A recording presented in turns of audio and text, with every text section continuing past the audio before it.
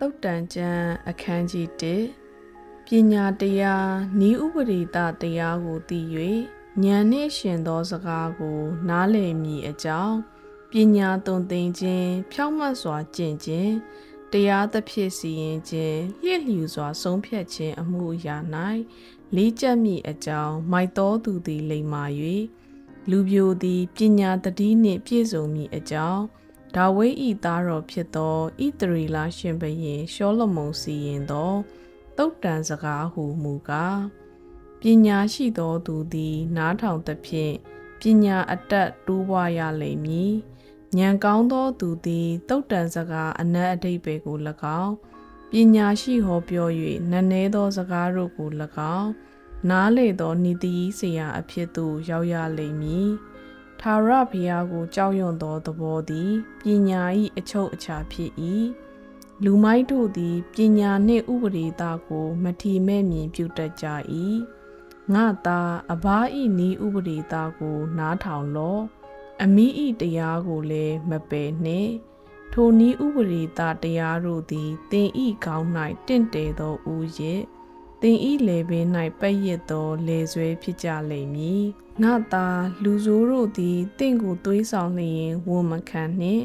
သူတို့ကငါတို့နှင့်အတူလိုက်တော့သူ့အသက်ကိုတတ်အံ့သောငါဆောင်ကြစို့အချီးနှီးအပြစ်လွတ်သောသူတို့ကိုချောင်းမြောင်းကြစို့တင်းချိုင်းတွင်သို့ဆင်းသောသူတို့ကဲ့သို့တကိုယ်လုံးပါလျက်အသက်ရှင်လျက်ရှိသောထိုသူတို့ကိုမရဏနိုင်ငံမြို့တကဲ့သို့မြို့ကြစို့အဘိုးထိုက်သောဗန္ဒာအမျိုးမျိုးကိုတွေ့၍လူယူသောဥစ္စာနှင့်ငါတို့အိမ်ကိုပြည့်စေကြမည်ငါတို့နှင့်ပေါင်းဖော်တော့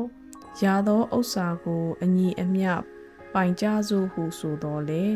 ငါသာသူတို့နှင့်အတူမလိုက်နှင့်သူတို့သွားသောလမ်းကိုရှောင်လော့အကြောင်းမူကားသူတို့ခြေသည်ဒုစရိုက်ပြုရာသို့ပြေး၍လူအသက်ကိုတတ်ခြင်းငါလျင်မြန်၏အကယ်စင်စစ်ငှက်မျက်မှောက်၌ပိုက်ကွန်ကိုဖြန့်ထားလျင်အကြံမမြောက်ရာလူဆိုးတို့သည်ကိုယ်အသွေးကိုတွန်းအံ့သောငါဆောင်၍ကိုယ်အသက်ကိုတတ်အံ့သောငါချောင်းမြောင်းတတ်ကြ၏မတရားသောစီးပွားကိုရှာသောသူအပေါင်းတို့သည်ထိုသို့သောအကျိုးကိုခံရ၍ထိုစီးပွားသည်မိမိအရှင်၏အသက်ကိုတတ်တတ်၏ပညာသည်ပြင်မာကြွေးကြော်၍လမ်းခရီးတို့၌မိမိစကားသံကိုလွှင့်တတ်၏လူစည်းဝေးရာအဦး၌၎င်းမြို့တကားဝါတို့၌၎င်း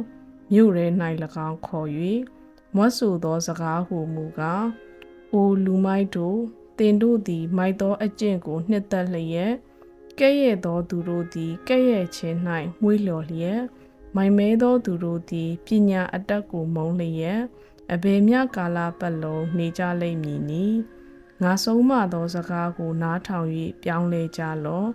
ငါဝိညာဉ်ကိုသင်တို့အပေါ်သို့ငါသွန်းလောင်း၍ငါစကား၏အနက်အဓိပ္ပာယ်ကိုနားလည်စေမည်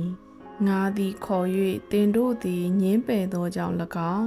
ငါလက်ကိုဆန့်၍အဘယ်သူမျှမမှတ်သောကြောင့်၎င်းငါတတိပေးခြင်းရှိသမျှကိုသင်တို့သည်ပယ်၍ငါဆုံးမသောစကားတခွန်းကိုမျှနားမခံဘဲနေသောကြောင့်၎င်းသင်တို့သည်ဘေးဥပတ်နှင့်တွေ့ကြုံသောအခါငါရည်မည်ကြောက်မက်ဖွယ်သောအမှုရောက်သောအခါငါပြည့်ရည်ပြုမည်သင်တို့ကြောက်မက်ဖွယ်သောအမှုသည်တုတ်တင်ပယ်ရှင်းခြင်းအမှုကဲ့သို့၎င်းသင်တို့ပျက်စီးခြင်းအမှုသည်လေပြင်းမုန်တိုင်းကဲ့သို့၎င်းရောက်လာ၍သင်တို့သည်ဆင်းရဲခြင်းပူပန်ခြင်းနှင့်တွေ့ကြုံသောအခါထိုအမှုရောက်သောသူတို့သည်ငါကိုခေါ်တော်လဲငါမထူငါကိုကြိုးစား၍ရှာတော်လဲမတွေ့ရကြအကြောင်းမူကားသူတို့သည်ပညာအတတ်ကိုမုန်းကြ၏ထာဝရဘုရားကိုကြောက်ရွံ့သောသဘောကိုအလိုမရှိကြငါတတိပေးခြင်းကိုအလျင်းနားမခံကြငါဆုံးမခြင်းရှိသမျှကိုမထီမဲ့မြင်ပြုကြ၏ထိုကြောင့်သူတို့သည်ကိုကျင့်ခြင်း၏အကျိုးအပြစ်ကိုစား၍ကိုကြံသောအကြံတို့နှင့်ဝါကြလိမ့်မည်ဉာဏ်တိမ်သောသူတို့သည်လမ်းလွဲသဖြင့်အသက်ဆုံးတတ်ကြ၏မိုက်သောသူတို့သည်တတိလစ်သောအဖြစ်ပျက်စီးခြင်းသို့ရောက်တတ်ကြ၏ ငါစကားကိုနားထောင်သောသူမူကားလုံခြုံစွာနေ၍ဘေးကိုမကြောက်ဘဲငြိမ်ဝတ်လိမ့်မည်